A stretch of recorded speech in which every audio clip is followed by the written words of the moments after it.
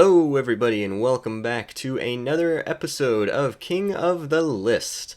Today we are going to be doing something much more controversial, as you can see. We are going to be ranking all 11 Star Wars films. This includes the 9 films in the Skywalker saga, plus Solo, a Star Wars story, and Rogue One, a Star Wars story.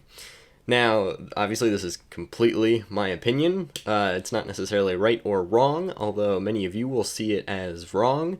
I am just going to give a quick disclaimer. I am an original trilogy person, more so than I am a sequel person or a prequel person. So, that, now you know my bias, and yeah. In last place, at number 11, we have Episode 2, Attack of the Clones. This is a really good movie. I mean, all of these are really good, as you know. I love Star Wars. But there's a couple things that ruin this movie for me. Number one, Anakin. I understand how his character is supposed to be a little bit more whiny, more pouty, more annoying in this movie, but they made him a little bit too convincing of a whiny character, and the acting is just, it's really awkward and cringy some of the time. Along with the heavy use of CGI in this movie, a lot of it is just green screen, green screen, green screen. That kind of ruins it. However, the plot and everything is still pretty good. It does get a lot into politics, so for younger kids, it's a lot harder for them to quite understand the plot. So, like I said, a couple of flaws, but overall, still a good movie. At number 10 is Episode 1, The Phantom Menace. Phantom Menace is very similar to Attack of the Clones, in which Anakin, again, is pretty awkward of a character, and they rely heavily on green screen related CGI. But overall, it's a pretty good movie. The lightsaber duels are fantastic and has one of the greatest music soundtracks in, well, I guess you could say cinematic history. The Duel of the Fates is fantastic. But obviously some of the things that ruin it for me are what I just mentioned, and Jar Jar, I'm sorry, Jar Jar kind of ruins it for me as well. But other than that, it's actually pretty good of a movie, honestly. Now don't you worry, I know which movies you were really hoping I would put lower on the list, and here's one of them. At number 9, Episode 8, The Last Jedi. The Last Jedi is just, I don't know. It doesn't feel as much like a Star Wars movie. Not to mention that there's kind of fewer planets seen in Star Wars. In a typical Star Wars movie, there's all sorts of planets that you go to throughout the film. But in this one, I'm trying to think. I think there's only 3 different planets that are visited, which I know is not necessarily uncommon, but still it doesn't feel as much like a movie for that reason and much more. Obviously, the fact that they took an incredible character like Luke and they kind of turned him into this just old guy that doesn't want to be a part of the Jedi Order anymore. I mean, come on, he was so awesome in the original trilogy and in The Mandalorian and the Book of Boba Fett. Spoiler alert. And the other big problem I have with this movie is Rose. I feel like they could have progressed this movie a lot better without Rose. If it wasn't for Rose's character, I might actually like this movie a lot more. Because the visuals are amazing, the soundtrack is amazing. Even the plot, for the most part, is pretty good. But Rose, the way that they ruined Luke, and the not very Star Wars feel to it, ruins this movie for me, but not to the point where it's my least favorite, because it has such great music and great visuals. In 8th place, we have Episode 7, The Force Awakens. I know that this is the highest grossing Star Wars film of all time, and I believe the 4th highest grossing movie of all time. And when I first saw it in theaters, I thought it was really, really good. However, when you think about it, it's almost an exact copy of Episode 4.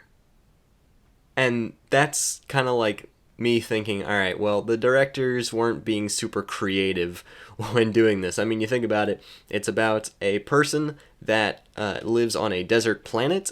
They meet a mentor who they become very attached to. They meet a best friend who happens to be a pilot or some sort of fighter. Their mentor eventually gets killed by the bad guy. They have to escape from the bad guy and blow up a super weapon that for some reason conveniently gets destroyed by this one little area. Now there's many more similarities apart from just that, and even though the visuals are super cool and the music again is really good and even the acting is really good, it's just the fact that they copied it almost exactly like episode 4, it kind of ruins it for me. In 7th place we have episode 4, A New Hope, the one that started it all. Now, the reason why this is lower on the list is really one main reason, and that's visuals. Because this came out back in 1977, obviously, you can't expect as much from the visual team as you can from movies from today, but it does kind of ruin the feel to it, because the explosions look very fake. You could have an amateur animator or something do just as good a job, if not even better, nowadays. But it still tells a really good story, has really lovable characters, obviously because it influenced one of the most popular movie series of all time. Really good movie. It's honestly just the visuals and the quality of the movie that do it for me. In 6th place, Episode 5, The Empire Strikes Back. Please do not hate me for this. I know it is one of the greatest movies of all time. Many people would consider it to be the most iconic movie of all time. But it's just not up there for me. Again, because of the visuals, it's significantly better than Episode 4 as far as visuals go. If you watch the two of them back to back, you'll see what I mean. It's got great music, it's got a really interesting twist to it, the fact that Vader is actually Luke's father. It's got plenty of planets, some new characters that we get introduced to, such as Yoda and Lando, and it tells a really good story. But because of the visuals and a couple other just really minor things, it's right in the middle of the list. So moving on from here, we're not really going to have many flaws with the movies. It's going to be more what I like and more reasons why I like it rather than problems with it. So let's move on. In 5th place we have Rogue One.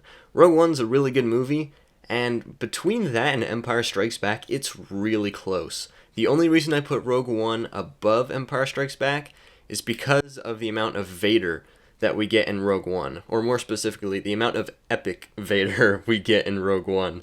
In Empire Strikes Back, we get a lot of Vader, but we don't really get to see him go all out like we do in Rogue One. And Rogue One has some of the coolest visuals and the coolest cinematography out of every Star Wars movie. It has some really good music, some really epic characters, and a really good storyline. It answers a big question that we had wondered for years as a fan base, which was, how did the Rebels manage to acquire plans to the most powerful battle station in the galaxy? Well, this is exactly how, and I like the way that they went about it. Could there be a series based off of some of these characters? Why, yes, they're going to make an Andor series. Am I excited for it? Not really. Honestly, I'm not very excited for Andor, just because you take a new character that you just killed off, and now you're going to make a whole series about him. He's not even one of the most lovable characters ever. It's just a new guy that is the love interest of the main character. I don't know. I shouldn't hate on it too much. But yes, anyway, that is number 5. On to number 4. 4th place, believe it or not, is Solo, a Star Wars story. The first time that I watched this movie in theaters, my first reaction was that the first half of the movie really stank. The second half I thought was phenomenal. But the more I watch it, with every watch that I give it, the more I like the story. I honestly don't have anything against it. The visuals are really great. The music, the acting, the cast selection was really good. The plot was amazing.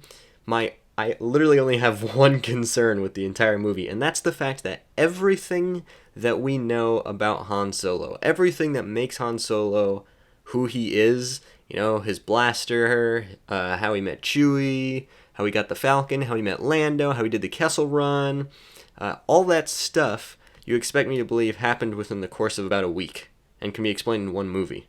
everything that makes him a unique individual that we know today all happened within a week, that seems a little bit less believable, which is why I hope that they do make a second Solo movie, a sequel to it, which would explain maybe more about how we got into dealing with Jabba the Hutt and Boba Fett and stuff like that. Really good movie, though, overall, and I'm kind of looking forward to a sequel to that. Alrighty, we have 3 movies to go, and there's one movie that I know you really wanted me to put lower on this list. You're thinking, where is it? Well, it's in 3rd place. Episode 9, The Rise of Skywalker. I know this is either people's least favorite Star Wars movie or second least favorite for the most part. I liked it. It did have a very fast pace to it, and that was one of the major issues with it. Lots of people also didn't like how Palpatine returned. I thought that was very fitting. I do wish that they hinted at it a little bit at the end of The Last Jedi, just so it made more sense. But obviously you had different directors doing each movie, and they weren't actually like working with each other on any of it, so we can kind of forgive them for that. But the visuals are fantastic. The music, John Williams did a great job. We have, even though it's a good ending to the trilogy, it doesn't feel like the proper ending to all of Star Wars. I have heard a rumor that there's going to be a potential another movie, or even 3, a whole trilogy, that takes place long after Episode 9, that shows the rise of a new Jedi Order, which would be very cool to see, and maybe it would feel more like a fitting ending, because when you think about it, everything that we know about Star Wars takes place before Episode 9. We know absolutely nothing that happens after the Rise of Skywalker, at least in canon. But that doesn't take away from how cool I thought the movie was. It could have used a little bit, maybe a little bit more at the end of the movie that shows the other Force spirits helping Rey to defeat Palpatine. But I'm not going to hate on it too much. I just really enjoyed watching the movie overall. And in 2nd place, we have Episode 3, Revenge of the Sith, which is most people's favorite movie. The only reason that it's not number 1 for me is simply the fact that it is overused in the memes. I love memes just as much as the next person, maybe even a little bit more. But after a while, some of the memes get a little bit tiring, and the fact that this movie, every 20 seconds, there's a meme, it's just a little bit weird for me. But the visuals, fantastic. The music could not be better. We get more lightsaber duels in this movie than we do in any other Star Wars movie ever. It is awesome. Obviously, we have the greatest lightsaber duel of all time, which you are seeing right here on the screen, which is Anakin versus Obi-Wan. We also get to see Palpatine actually duel in live action, along with Mace Windu, all sorts of other Jedi. We get to see the really tragic story of Order 66 and how it went from thousands of Jedi to simply Jedi in the double digits. Again, we have some really lovable characters, Anakin and Obi-Wan. Anakin is a lot less awkward in this movie, and the Clone Wars really helps set him up as a Jedi that is turning to the dark side. And it's a masterpiece overall as a movie. I would watch it over and over again, and I'm sure a lot of you have too. And now we get to number 1. Not only the greatest Star Wars movie of all time, in my opinion, but also my favorite movie in general of all time. Number 1 goes to Episode 6, Return of the Jedi. Now, you're probably thinking right now, wait a minute, you just were hating on Episode 4 and 5 because of the visuals, and you put them lower on the list, yet you put Return of the Jedi, the one that came right after that, in first place? Yeah, I can't really defend my answer here, except for the fact that Vader is my favorite character of all time, and we got a lot of Vader. We got him both super powerful and evil, and we got to see him redeemed and come back to the light side as Anakin Skywalker. We get to see Luke in a very powerful state. We get to see Yoda and how he finally meets his journey's end. We get to see the destruction of the Galactic Empire, along with the completion of several characters fulfilling their purpose in the trilogy. We get to see some really cool space battles, and it has a little bit of a detour at the beginning of the movie, which is really cool, which is saving Han Solo from carbonite on Tatooine. The music is really good. It also features my favorite planet, which is Endor. Well, the forest moon of Endor, to be more specific. But I have zero issues with this movie, unless you want to count that the visuals are not the same as they are now. But I mean, to be fair, the visuals are always going to keep getting better. So I'm just not gonna hate on it for that. I don't have a single issue with this movie. My favorite movie of all time. Let me know down in the comments below what your favorite movie is of all time and how you would rank the Star Wars movies.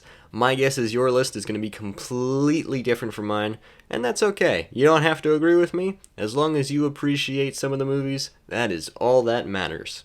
So I would just like to say a big thank you for watching this video. If you want to see more King of the List videos in the future, make sure you leave a like and subscribe to the channel, and I will see you next time.